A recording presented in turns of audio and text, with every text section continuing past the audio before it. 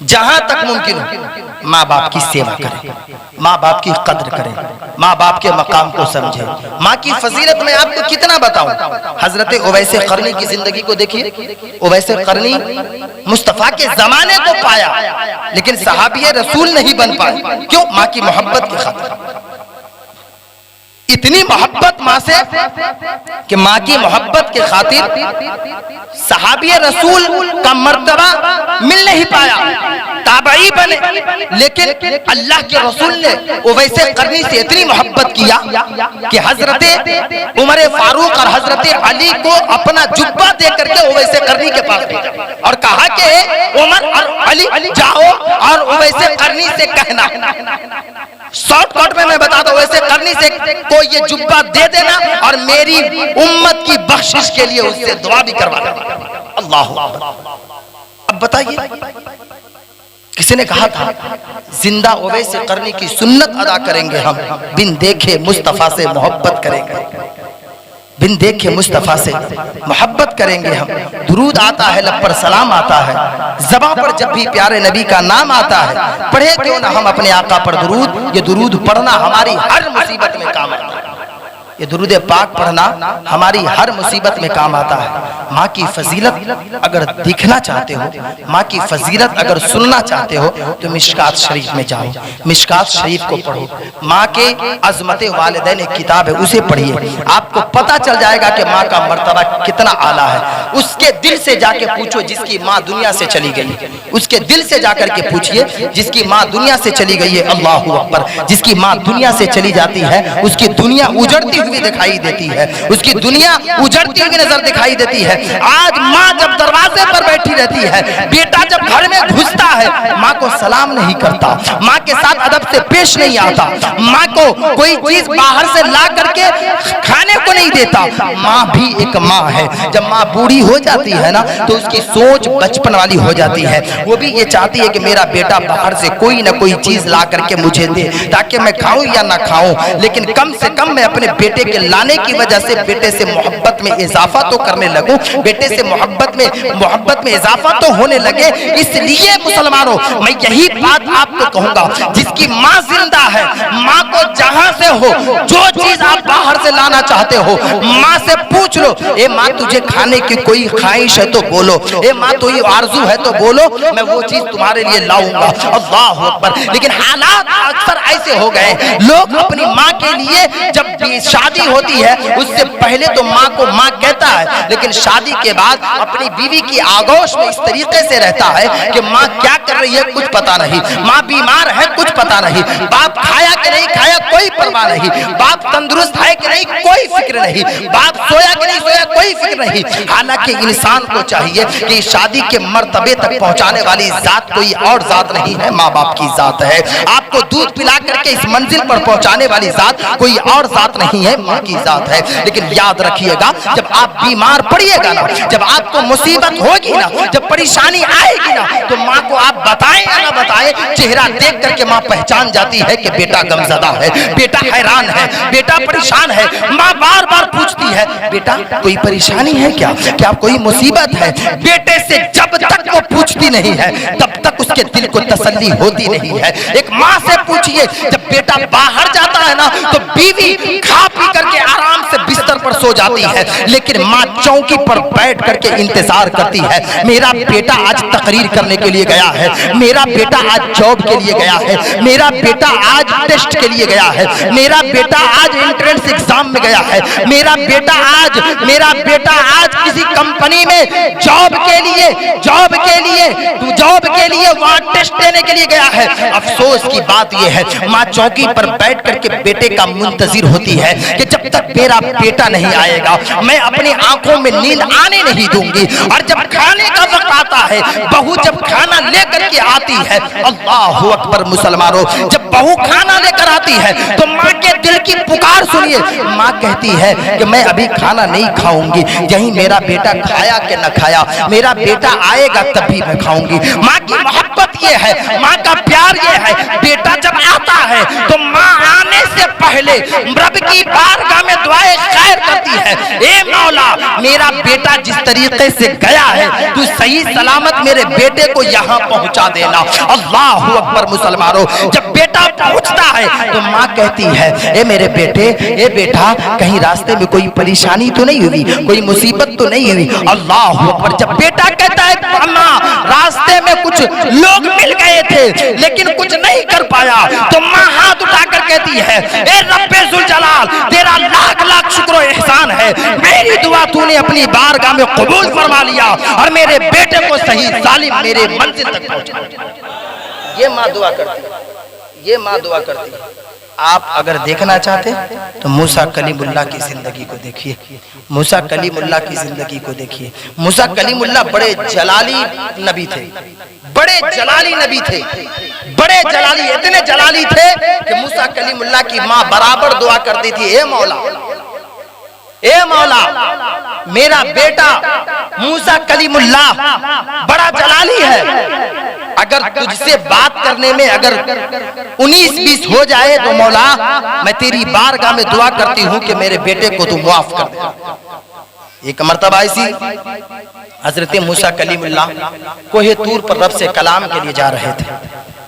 راستے میں موسیٰ کلیم اللہ کچھ ڈگمگائے تو رب کی بارگاہ سے آواز ہے اے کلیم اللہ آج ذرا سنبھل کے آنا۔ تو موسیٰ کلیم اللہ نے کہا اے مولا یہ موسیٰ تو آتا برابر ہے لیکن کبھی تو نے نہیں کہا کہ موسیٰ سنبھل کے آنا، لیکن آج تو کہہ رہا ہے کہ موسیٰ سنبھل کے آنا، آخر وجہ کیا؟ تو رب نے فرمایا تو سب دن آتا تھا تو تیری ماں دعا کرتی تھی کہ مولا موسیٰ جلالی اگر ان سے کوئی کمی بیشی ہو جائے تو تو اپنی رحمت کے صدقے انہیں معاف فرما دینا، لیکن آج دعا کرنے کے لیے زمین پر تمہاری ماں موجود نہیں ہے۔ اللہ اکبر، اسی موسیٰ کلیم اللہ کا، اسی موسیٰ کلیم اللہ نے رب کی بارگاہ میں کہا تھا اے مولا تعالیٰ کل جنت میں میرا ساتھی کون بنے گا، جنت میں میرا ساتھی کون بنے گا؟ تو موسیٰ کلیم اللہ کو رب تعالیٰ نے ایک گاؤں ایک شہر میں بھیج دیا جہاں ایک قصاب بقرہ کاٹتا تھا اور وہ قصاب اپنی ماں کی بڑی خدمت کیا کرتا تھا، بڑا پیار اپنی ماں سے کیا کرتا تھا۔ اللہ اکبر مسلمانوں، نعرہ تکبیر، نعرہ رسالت، علامہ فخر ویسال بھی کھڑے ہو کر کے حضرت کا استقبال کیجئے، سب لوگ کھڑے ہو کر کے حضرت کا استقبال کیجئے۔ نعرہ تکبیر، نعرہ رسالت، محفل ایصال ثواب، فخر ویسال بھی، علماء اہل سنت، علامہ اکرم رضا مرکزی، نعرہ تکبیر، نعرہ رسالت، تشریف رکھیے۔ درود شریف پڑھ لیجئے، اللہم صلی علی سیدنا نبینا مولانا محمد مبارک وسلم، صلاۃ و سلام علیک یا رسول اللہ صلی اللہ تعالی علیہ وسلم۔ وبالوالدین احسانا، اپنے والدین کے ساتھ احسان کرو، اما یبلغن عندک الکبر، جب وہ دونوں بڑھاپے کو پہنچ جائے، احدہما او کلاہما، یا دونوں میں سے ایک، فلا تقل لہما افم ولا تنہرہما، انہیں اف تک نہ کہو